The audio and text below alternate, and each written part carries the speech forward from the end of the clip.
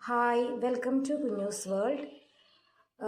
ഇന്ന് ഞാൻ എണ്ണ കാച്ചുന്ന വിധമാണ് നമ്മൾക്ക് മുന്നിൽ പരിചയപ്പെടുത്താൻ പോകുന്നത്. ഇതിനകത്ത് ഞാൻ ഇട്ടിരിക്കുന്ന പച്ചമരുന്നുകൾ, കുറച്ചധികം പച്ചമരുന്നുകളുണ്ട്. ഞാൻ ഇങ്ങനെയാണ് എൻ്റെ മോൾക്ക് എണ്ണ കാച്ചി കൊടുക്കുന്നത്. അവൾക്ക് നല്ല ലെങ്ത്തുള്ള ഹെയർ ഉണ്ടല്ലോ, അത് നിങ്ങളുമായിട്ടൊന്ന് ഷെയർ ചെയ്യാമെന്ന് വിചാരിച്ചു.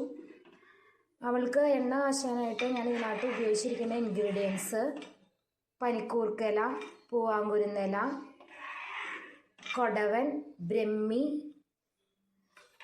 ചുമന്ന ഉള്ളി, കരിഞ്ജീരകം, ഫ്ലാക്സീഡ്, റോസ്മേരി,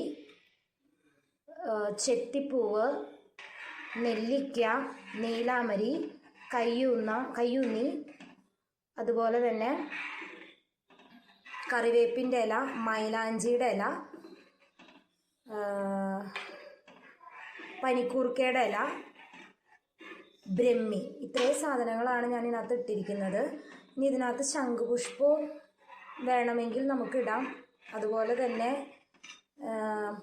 കീഴാർനെല്ലിയും കൂടെ ഇട്ടിട്ടുണ്ട്. ശംഖുപുഷ്പം കൂടെ നമുക്ക് ഇട്ടാൽ നല്ലതാണ്. അപ്പം എനിക്ക് ഇവിടെ പുഷ്പം ഈ പ്രാവശ്യം അവൈലബിൾ ആയില്ല, അതുകൊണ്ടാണ് ഞാൻ ശംഖുപുഷ്പം ഇടാഞ്ഞത്. ഇനി നമ്മൾ അടി കട്ടിയുള്ളൊരു പാത്രത്തിനകത്ത് ആട്ടിച്ച വെളിച്ചെണ്ണയാണ് ഞാൻ അതിനകത്ത് ഒഴിച്ചിരിക്കുന്നത്. നമ്മൾ ഇത് ആദ്യം പച്ചമരുന്നൊക്കെ ഇട്ടിട്ട് എണ്ണ ഒഴിച്ചു നന്നായി മിക്സ് ചെയ്ത് അതിന് ശേഷമാണ് നമ്മളിനി ഇത് നന്നായി ഇളക്കി, ഈ പച്ചമരുന്നൊക്കെ നല്ലപോലെ ഇതാവും, കരുകരുവെന്ന് മൊരിയണ വരെ നമ്മൾ ഇതിനകത്ത് ഇളക്കി നമ്മൾ ഇരിക്കണം. കൈവിടാതെ ഇളക്കണം, അല്ലെങ്കിൽ അടിയിൽ പിടിക്കാനായിട്ട് സാധ്യതയുണ്ട്. ഞാൻ സാധാരണ ഇടുന്ന കുറച്ച് ഇൻഗ്രീഡിയൻസ് എനിക്ക് ഇപ്രാവശ്യം അവൈലബിൾ ആയില്ല. അതിനകത്ത് ചെറുനാരങ്ങയുടെ ഒരു കുഞ്ഞു കഷ്ണം തൊലിയും കൂടെ ഞാൻ ചേർക്കാറുണ്ട്, താരനൊന്നും ഇല്ലാതിരിക്കാൻ. പക്ഷെ അത് ഇപ്രാവശ്യം എൻ്റെ കയ്യിലുണ്ടായിരുന്നില്ല. പിന്നെ കറ്റാർവാഴ ചേർത്തിട്ടുണ്ട്. നമുക്ക് അവൈലബിൾ ആയ സാധനങ്ങൾ വെച്ചിട്ട് നമുക്ക് ചേർക്കാം. എണ്ണയുടെ പാകം തെറ്റിപ്പോവാതെ നമ്മൾ പ്രത്യേകം സൂക്ഷിക്കണം. പാകം തെറ്റിപ്പോയാൽ മുടി കൊഴിയാനായിട്ട് ഒക്കെ സാധ്യതയുണ്ട്. അപ്പം നമ്മൾ കൃത്യമായിട്ട് എണ്ണ പാകമായോ എന്ന് നോക്കാനായിട്ട് ഒരു ടെക്നിക്ക് ഉണ്ട്. അതായത് നമ്മൾ എണ്ണ നന്നായി ഇതായെന്ന് നമുക്ക് തോന്നുമ്പോൾ ഒരു പാത്രത്തിനകത്ത് കുറച്ച് വെള്ളത്തിൽ ഈ എണ്ണ ഒരു തുള്ളി നമ്മൾ ഇട്ട് നോക്കുക. അപ്പോൾ എണ്ണ വെള്ളത്തിന് മുകളിൽ തെളിഞ്ഞ് നിൽക്കും. അതാണ് അതിൻ്റെ കറക്റ്റ് പാകം. ഇനി ഇത് പാകമായി കഴിഞ്ഞാൽ 2 കുരുമുളകും കൂടെ ഞാൻ ഇടാറുണ്ട്, നീരിറക്കമൊന്നും വരാതിരിക്കാനായിട്ട്. ഇനി ഇത് പാകമായി കഴിഞ്ഞുള്ളത് കാണിക്കാം കേട്ടോ. ഇപ്പോൾ എണ്ണയിൽ തള വന്ന് തുടങ്ങിയിട്ടുണ്ട്. ഇപ്പോൾ നമ്മുടെ എണ്ണയൊക്കെ നമ്മൾ വെളിച്ചെണ്ണ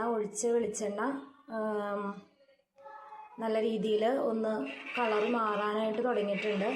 ഞാൻ നേരത്തെ പറഞ്ഞപ്പോൾ ഇൻഗ്രീഡിയൻസ് പറഞ്ഞപ്പോൾ 2 കാര്യങ്ങൾ പറയാൻ വിട്ടുപോയി. പെട്ടെന്ന് പറയുമ്പോൾ നമുക്ക് ഓർമ്മ കിട്ടില്ലല്ലോ. ഞാനിത് മിക്സിയിൽ അരയ്ക്കുന്നതിന് മുൻപ് നിങ്ങൾക്ക് കാണിച്ചു തരണമെന്ന് വിചാരിച്ചു, പക്ഷെ അത് പറ്റിയില്ല. ഇത് ഞാൻ ഒട്ടും തന്നെ വെള്ളം ചേർക്കാതെയാണ് ഈ മരുന്നുകളെല്ലാം അരച്ചത്.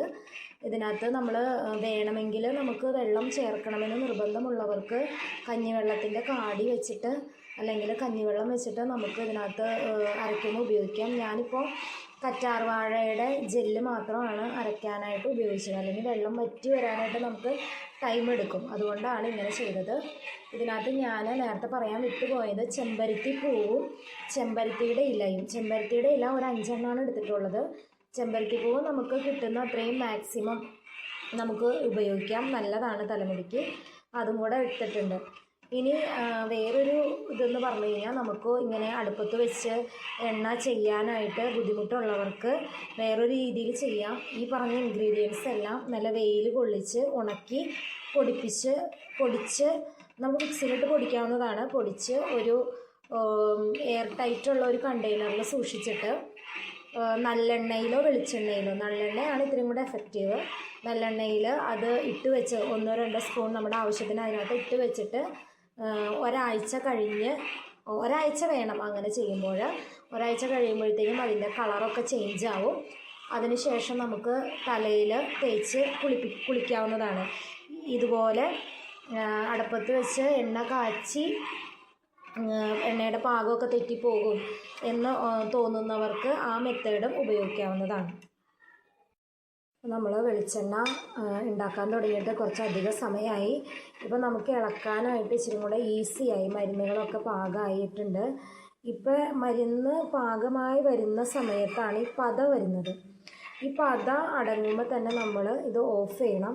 പിന്നെ നമ്മൾ ഉരുളിയിലാണ് ഉണ്ടാക്കിയിരിക്കുന്നത്, അപ്പോൾ അതുകൊണ്ട് തന്നെ ഉരുളിക്ക് തന്നെ ചൂടുള്ളത് കൊണ്ട് നമ്മൾ ഒരിളക്ക് മുൻപ് നമ്മളിത് ഓഫ് ചെയ്യുന്നതായിരിക്കും നല്ലത്, അല്ലെങ്കിൽ പെട്ടെന്ന് തന്നെ ഉരുളിയിൽ നിന്ന് മാറ്റണം. ഇതിപ്പോൾ കുറച്ചും കൂടെ ഈ എണ്ണ വേറിട്ട് വരും, നിങ്ങൾക്ക് കാണാൻ പറ്റുന്നില്ല. ഇതിപ്പോൾ ഈ എണ്ണ വേറിട്ട് വരും. ഇപ്പോൾ മരുന്ന് പാകമായിട്ടുണ്ട്, നമുക്ക് ഇളക്കാൻ ഇത്രയും കൂടെ ഈസി ആയിട്ടുണ്ട്. ഇനി ഒരു 10 മിനിറ്റിനുള്ളിൽ തന്നെ എണ്ണ റെഡിയാകും. അത് കഴിഞ്ഞ് കഴിയുമ്പോൾ നമുക്ക് വേറൊരു പാത്രത്തിലേക്ക് മാറ്റാം. ഇപ്പം നമ്മൾ ഉലുവയൊക്കെ ചേർത്തേക്കണത് കൊണ്ട്, ഉലുവയുടെ കാര്യം നിങ്ങളുടെ അടുത്ത് ഞാൻ പറഞ്ഞോ എന്ന് ഞാൻ ഓർക്കുന്നില്ല. ഉലുവ നമ്മൾ കുതിർത്തി, തലേ ദിവസം കുതിർത്തി അത് ഇതിൻ്റെ ഒപ്പം അരച്ച് ചേർക്കണം. ഇനി ഉലുവ കുതിർത്തി അരയ്ക്കാൻ ബുദ്ധിമുട്ടുള്ളവർ ഉലുവയുടെ പൊടി ഈ മരുന്നിൻ്റെ കൂടെ ചേർത്താലും മതി. ഞാനിപ്പോൾ ഉലുവയുടെ പൊടിയാണ് ചേർത്തത്. ഇപ്പോൾ അതിൻ്റെയൊക്കെ നല്ലൊരു മണം വരുന്നുണ്ട്. ഇനി നിങ്ങൾക്ക് ഇതുപോലെ നിങ്ങൾ ഉപയോഗിച്ച് എണ്ണ യൂസ് ചെയ്യുകയാണെങ്കിൽ ഒരിക്കലും റിഗ്രറ്റ് ചെയ്യേണ്ട വരില്ല. ഞാൻ എൻ്റെ മോള് ഉണ്ടായ കാലം മുതലേ ഇങ്ങനെയുള്ള വെളിച്ചെണ്ണയാണ്, ഇപ്പോൾ വീട്ടിൽ കാച്ചിയ വെളിച്ചെണ്ണയാണ് ഉപയോഗിക്കുന്നത്. അതാകുമ്പോൾ നമുക്ക് സേഫായിട്ട് ഉപയോഗിക്കാമല്ലോ. എണ്ണ പാകമായി തുടങ്ങുമ്പോൾ നമുക്കൊരു നല്ല മണം വരും, ആയുർവേദ ഷോപ്പിലൊക്കെ വരുന്ന പോലത്തെ മണം. ഇപ്പോൾ ഈ എണ്ണ എടുക്കുമ്പോൾ നിങ്ങൾക്ക് കാണാം ഒരു ലൈറ്റ് ഗ്രീൻ കളറാണ്, നമ്മുടെ നീലഭൃങ്ങാതി എണ്ണയുടെയൊക്കെ സെയിം പോലത്തെ ഒരു കളറാണ് വരുന്നത്. ഇനി ഇത് പാകമായി കഴിയുമ്പോൾ ഇതിൻ്റെ കളറ് ഒന്നും കൂടെ ചേഞ്ച് ആവും. ഇപ്പോൾ മരുന്നുകളിൽ നിന്നൊന്നും എണ്ണ ഇറങ്ങിയിട്ടില്ല, അത് കൊറ്റൻ അങ്ങനെ തന്നെ കിടക്കുവാണ്, കണ്ടോ. അതിനി ശരിക്കും മുരിഞ്ഞ് നല്ല പാകമാകും. അത് ഇച്ചിരി ടൈം എടുക്കുന്ന പ്രോസസ്സാണ്. അത് നമ്മൾ ചെറു തീയിൽ വെച്ചിട്ട് തന്നെ എണ്ണ കാച്ചണം, അല്ലെങ്കിൽ മരുന്ന് പെട്ടെന്ന് കരിഞ്ഞു പോവുകയും എണ്ണ നല്ല രീതിയിൽ പാകമാകാതിരിക്കുകയും ചെയ്യും. ഞാനിപ്പോൾ ഇവിടെ 1 ലിറ്റർ വെളിച്ചെണ്ണയ്ക്കുള്ളതാണ് ഉണ്ടാക്കുന്നത്. നമ്മളങ്ങനെ വെളിച്ചെണ്ണ റെഡിയാക്കി ഞാൻ ഉരുളിയിൽ നിന്ന് വേറെ പാത്രത്തിലേക്ക് മാറ്റി. ഇനി ഇതിൻ്റെ കൊറ്റൻ നമ്മൾ മാറ്റി വെച്ചേക്കാണ്. അത് ഒന്നും കൂടെ ഞെക്കി പിഴിഞ്ഞ് അതിൽ നിന്ന് ഇത്തിരി കൂടെ വെളിച്ചെണ്ണ എടുക്കണം. ചൂടായതുകൊണ്ട് നമുക്കതൊന്നും ചെയ്യാൻ പറ്റില്ല. ഉരുളിയിൽ നിന്ന് മാറ്റിയതിൻ്റെ കാരണം നമ്മൾ ഉരുളിയിൽ തന്നെ ഇരുന്ന് ഇനി ചൂടായി കഴിഞ്ഞാൽ കരിഞ്ഞു പോകാനായിട്ട് സാധ്യതയുണ്ട്, അതുകൊണ്ടാണ്. അപ്പോൾ ഇനി ഇത് നമുക്ക് തണുത്തിട്ട് ഇതുപോലെയുള്ള ഒരു ഗ്ലാസിൻ്റെ ജാറിൽ അടിച്ച് സൂക്ഷിച്ച് വെക്കുകയാണെങ്കിൽ കുറച്ച് നാൾ നമുക്കിത് ഉപയോഗിക്കാം. ഇനി ഒരു വീഡിയോയിൽ എണ്ണ തേക്കുന്ന വിധം ഞാനൊരു വീഡിയോയിൽ ഇടാം. അപ്പോൾ എല്ലാവരും ഇതൊന്ന് ട്രൈ ചെയ്ത് നോക്കൂ. Thank you.